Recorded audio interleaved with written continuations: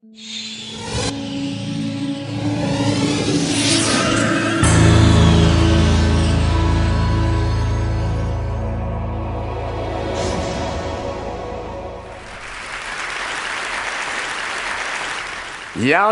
Pasak, which is somebody here must surely know, means "what's up, guys" in Magyar, that peculiar non-Indo-European language spoken by Hungarians, for which, given the fact that cognitive diversity is at least as threatened as biodiversity on this planet, few would have imagined much of a future, even a century or two ago, but there it is, Yalnapat Pasak. I said, somebody here must surely know, because despite the fact that there aren't that many Hungarians to begin with, and the further fact that so far as I know there's not a drop of Hungarian blood in my veins, at every critical juncture of my life there has been a Hungarian friend or mentor there beside me. I even have dreams that take place in landscapes I recognize as the landscapes of Hungarian films, especially the early movies of Miklos Janszó. So, how do I explain this mysterious affinity? Maybe it's because my native state of South Carolina, which is not much smaller than present-day Hungary, once imagined a future for itself as an independent country. And as a consequence of that presumption, my hometown was burned to the ground by an invading army, an experience that has befallen many a Hungarian town and village throughout its long and troubled history. Or maybe it's because when I was a teenager back in the 50s, my Uncle Henry, having denounced the Ku Klux Klan and been bombed for his trouble and had crosses burned in his yard, living under death threat, took his wife and children to Massachusetts for safety and went back to South Carolina to face down the Klan alone. That was a very Hungarian thing to do, as anyone will attest who remembers 1956. And of course, from time to time, Hungarians have invented their own equivalent of the Klan. Well, it seems to me that this Hungarian presence in my life is difficult to account for, but ultimately, I ascribe it to an admiration for people with a complex moral awareness, with a heritage of guilt and defeat, matched by defiance and bravado. It's not a typical mindset for most Americans, but it is, perforce, typical of virtually all Hungarians. So, Yalnapat Pasak. I went back to South Carolina after some 15 years amid the alien corn. At the tail end of the 1960s, with the reckless condescension of that era, thinking I would save my people. Never mind the fact that they were slow to acknowledge they needed saving. I labored in that vineyard for a quarter century before making my way to a little kingdom of the just in upstate South Carolina, a Methodist-affiliated institution of higher learning called Wofford College. I knew nothing about Wofford and even less about Methodism, but I was reassured on the first day that I taught at Wofford College to find among the auditors in my classroom a 90-year-old Hungarian, surrounded by a bevy of middle-aged European women who seemed to function as an entourage of Rhine maidens. His name was Sándor Tesla. He was a puckish widower whose wife and children were dead, and whose grandchildren lived far away. In appearance, he resembled Mahatma Gandhi, minus the loincloth, plus orthopedic boots. He had been born in 1903 in the provinces of the old Austro-Hungarian Empire, and what later would become Yugoslavia. He was ostracized as a child, not because he was a Jew, his parents weren't very religious anyhow, but because he had been born with 2 club feet, a condition which in those days required institutionalization and a succession of painful operations between the ages of 1 and 11. He went to the commercial business high school as a young man in Budapest. And there he was as smart as he was modest, and he enjoyed a considerable success. And after graduation, when he went into textile engineering, the success continued. He built one plant after another. He married and had 2 sons. He had friends in high places who assured him that he was of great value to the economy. Once, as he had left instructions to have done, he was summoned in the middle of the night by the night watchman at one of his plants. The night watchman had caught an employee who was stealing socks. It was a hosiery mill. They simply backed a truck up to the loading dock and was shoveling in mountains of socks. Mr. Tesla went down to the plant and confronted the thief and said, "But why do you steal from me? If you need money, you have only to ask." The night watchman, seeing how things were going and waxing indignant, said, "Well, we're going to call the police, aren't we?" But Mr. Tesla answered, "No, that will not be necessary. he will not steal from us again. Well, maybe he was too trusting, because he stayed where he was long after the Nazi Anschluss in Austria. And even after the arrest and deportations began in Budapest, he took the simple precaution of having cyanide capsules placed in lockets that could be worn about the necks of himself and his family. And then one day it happened. He and his family were arrested, and they were taken to a death house on the Danube. In those early days of the final solution, it was handcrafted brutality. People were beaten to death and their bodies tossed into the river. But none who entered that death house had ever come out alive. And in a twist you would not believe in a Steven Spielberg film, the Gauleiter who was overseeing this brutal beating was the very same thief who had stolen socks from Mr. Tesla's hosiery mill. It was a brutal beating. And midway through that brutality, one of Mr. Tesla's sons, Andrew, looked up and said, "Is it time to take the capsule now, Papa?" And the Gauleiter, who afterwards vanishes from this story, leaned down and whispered into Mr. Tesla's ear, "No, do not take the capsule. Help is on the way," and then resumed the beating. But help was on the way, and shortly afterwards, a car arrived from the Swiss embassy. They were spirited to safety. They were reclassified as Yugoslav citizens, and they managed to stay one step ahead of their pursuers for the duration of the war, surviving burnings and bombings, and at the end of the war, arrested by the Soviets. Probably Mr. Tesla had gotten some money into Swiss bank accounts, because he managed to take his family first to Great Britain, then to Long Island, and then to the center of the textile industry in the American South, which, as chance would have it, was Spartanburg, South Carolina, the location of Wofford College. And there, Mr. Tesla began all over again, and once again achieved immense success, especially after he invented a process for manufacturing a new fabric called double knit. And then in the late 1950s, in the aftermath of Brown versus Board of Education, when the Klan was resurgent all over the South, Mr. Tesla said, "I have heard this talk before." And he called his top assistant to him and asked, "Where would you say in this region racism is most virulent?" "Well, I don't rightly know, Mr. Tesla. I reckon that would be Kings Mountain." "Good. Buy us some land in Kings Mountain and announce we are going to build a major plant there." The man did as he was told, and shortly afterwards, Mr. Tesla received a visit from the white mayor of Kings Mountain. Now, you should know that at that time, the textile industry in the South was notoriously segregated. The white mayor visited Mr. Tesla and said, "Mr. Tesla, I trust you're going to be hiring a lot of white workers." Mr. Tesla told him, "You bring me the best workers that you can find, and if they are good enough, I will hire them." He also received a visit from the leader of the black community, a minister who said, "Mr. Tesla, I sure hope you're going to hire some black workers for this new plant of yours." He got the same answer. "You bring me the best workers that you can find, and if they are good enough, I will hire them." As it happens, the black minister did his job better than the white mayor, but that's neither here nor there. Mr. Tesla hired 16 men, 8 white, 8 black. They were to be his seed group, his future foremen.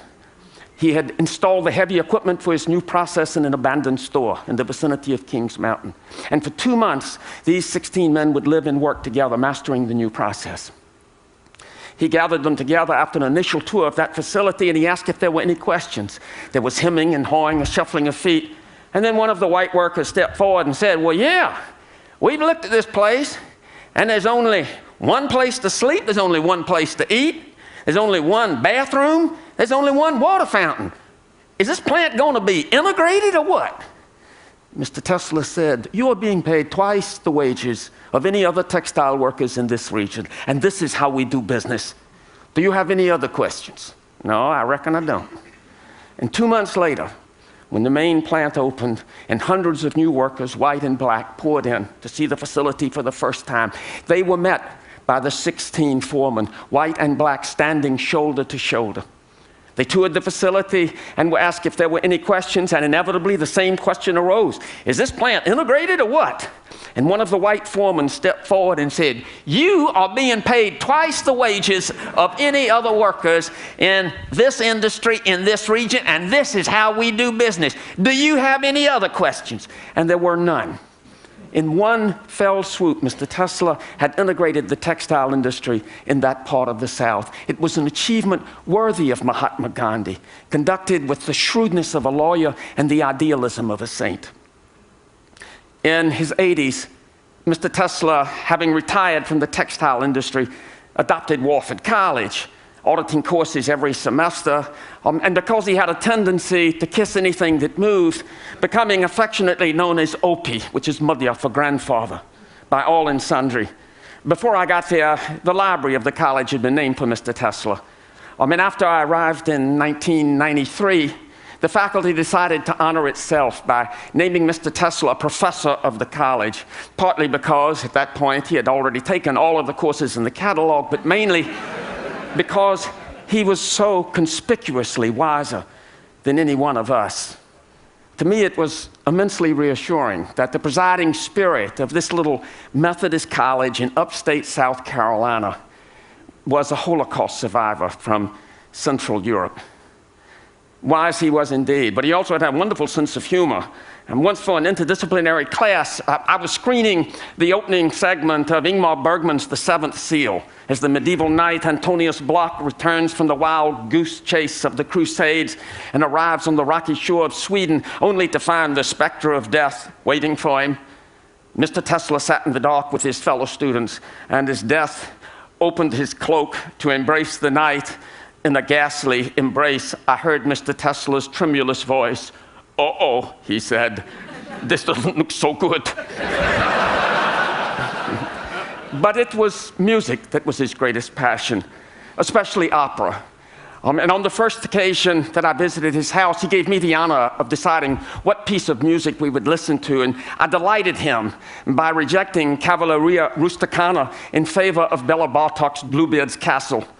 I love Bartok's music, as did Mr. Tesla, and he had virtually every recording of Bartok's music ever issued. And it was at his house that I heard for the first time Bartok's Third Piano Concerto, and learned from Mr. Tesla that it had been composed in nearby Asheville, North Carolina, in the last year of the composer's life.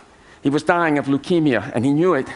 And he dedicated this concerto to his wife, Dita, who was herself a concert pianist. And into the slow second movement, marked Adagio Religioso, he incorporated the sounds of birdsong that he heard outside his window and what he knew would be his last spring. He was imagining a future for her in which he would play no part. And clearly, this composition is his final statement to her. It was first performed after his death, and through her to the world. And just as clearly, it is saying, it's okay. It was all so beautiful. Whenever you hear this, I will be there. It was only after Mr. Tesla's death that I learned that the marker on the grave of Bela Bartok in Hartsdale, New York, was paid for by Shandor Tesla. Yelnapat Bela. Not long before Mr. Tesla's own death at the age of 97, he heard me hold forth on human iniquity. I delivered a lecture in which I described history as on the whole a tidal wave of human suffering and brutality. And Mr. Tesla came up to me afterwards with gentle reproach and said, "You know, doctor, human beings are fundamentally good." And I made a vow to myself then and there that if this man who had such cause to think otherwise had reached that conclusion, I would not presume to differ until he released me from my vow. And now he's dead, so I'm stuck with my vow. Yanapat Shandor. I thought my skein of Hungarian mentors had come to an end, but almost immediately I met Francis Robacek, a Hungarian doctor, actually a heart surgeon in Charlotte, North Carolina, then in his late 70s, who had been a pioneer in open heart surgery and tinkering away in his garage behind his house, had invented many of the devices that are standard parts of those procedures. He's also a prodigious art collector, beginning as an intern in Budapest by collecting 16th and 17th century Dutch art and Hungarian painting. And when he came to this country, moving on to Spanish colonial art, Russian icons, and finally, Mayan ceramics. He's the author of 7 books, 6 of them on Mayan ceramics. It was he who broke the Mayan Codex, enabling scholars to relate the pictographs on Mayan ceramics to the hieroglyphs of the Mayan script. On the occasion of my first visit, we toured his house and we saw hundreds of works of museum quality. And then we paused in front of a closed door, and Dr. Robotchek said with obvious pride, "Now for the pièce de résistance." And he opened the door and we walked into a windowless 20 by 20 foot room with shelves from floor to ceiling, and crammed on every shelf his collection of Mayan ceramics. Now, I know absolutely nothing about Mayan ceramics, but I wanted to be as ingratiating as possible. So I said, "What, Dr. Robotchek, this is absolutely dazzling." "Yes," he said, "that is what the Louvre said. They would not leave me alone until I let them have a piece, but it was not a good one." Well, it occurred to me that I should invite Dr. Robotchek to lecture at Walford College on what else? Leonardo da Vinci. And further, I should invite him to meet my oldest trustee, who had majored in French history at Yale some 70-odd years before, and at 89 still ruled the world's largest privately owned textile empire with an iron hand. His name is Roger Millikan. And Mr. Millikan agreed, and Dr. Robotchek agreed, and Dr. Robotchek visited and delivered the lecture, and it was a dazzling success.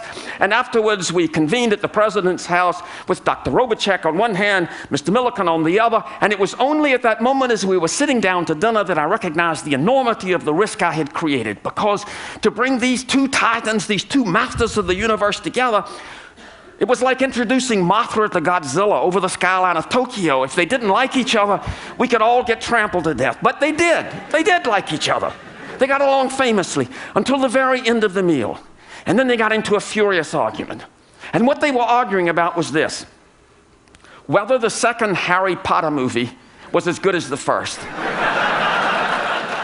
Mr. Millikan said it was not. Dr. Robotchek disagreed.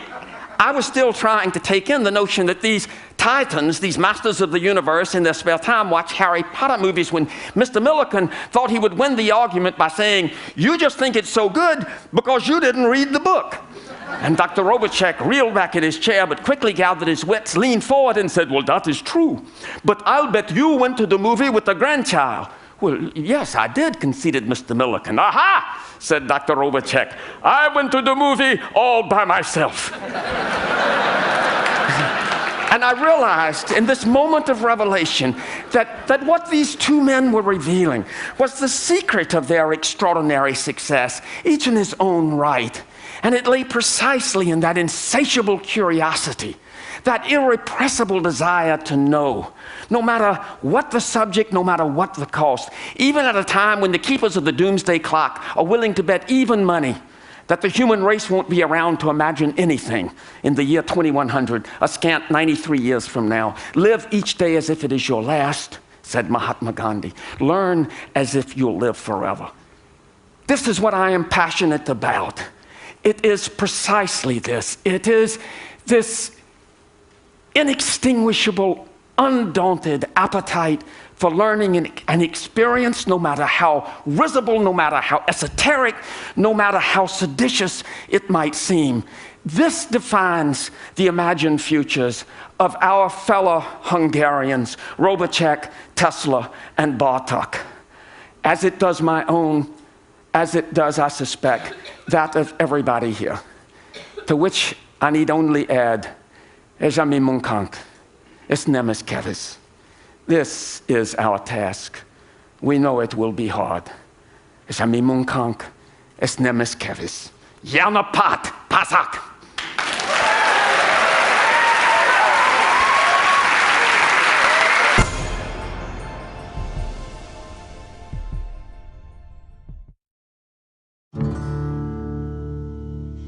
When I was 16, I found this motorcycle. It was a dilapidated piece of junk that wasn't going, but I realized how special it was. Restoration of this motorcycle has taught me to improvise with mechanical things. My name is Mark Lesek. I live in Hobart, Tasmania. I'm Director of Dynamic Welding and Engineering. It's a pretty cool place. We do machine shop work. We do aluminum welding. 7 years ago, I had an accident and lost the best part of my arm. I got a prosthetic on my own insurance. It didn't work. It was very unreliable. It wasn't fixed to my body and flopped about. It simply wasn't up to the job. I thought, if you can fix your own motorcycle, why can't you fix a prosthetic? So I did a search to find out as much information as possible and came across the Cairns artificial arm. This is an antique arm from the early 1900s, and in its time, it was so mechanically advanced. With patent search on Google, I was able to find every single Cairns patent online. So I set about trying to reverse engineer it. The arm itself has many good features. It's body powered, which means it won't break down. You can use it for heavy duty work, and you can also repair it yourself. And hold a beer. And hold a beer, exactly. Some of the new things I hope to add to this arm is an extra finger joint, and it will be gear driven. Will also be lighter with space-age materials such as magnesium and carbon fibre. That is so cool. Well, if you think how many people have lost limbs but can't afford the new electronic limbs, I mean, it is rewarding knowing that one day people will be able to wear something that Mark and I are working on. My hope for this artificial arm is to wear it and share it so amputees can live a normal life again. It doesn't matter if it's a bike or an arm or your life. If you can take it apart, if you can understand it, you can make it better.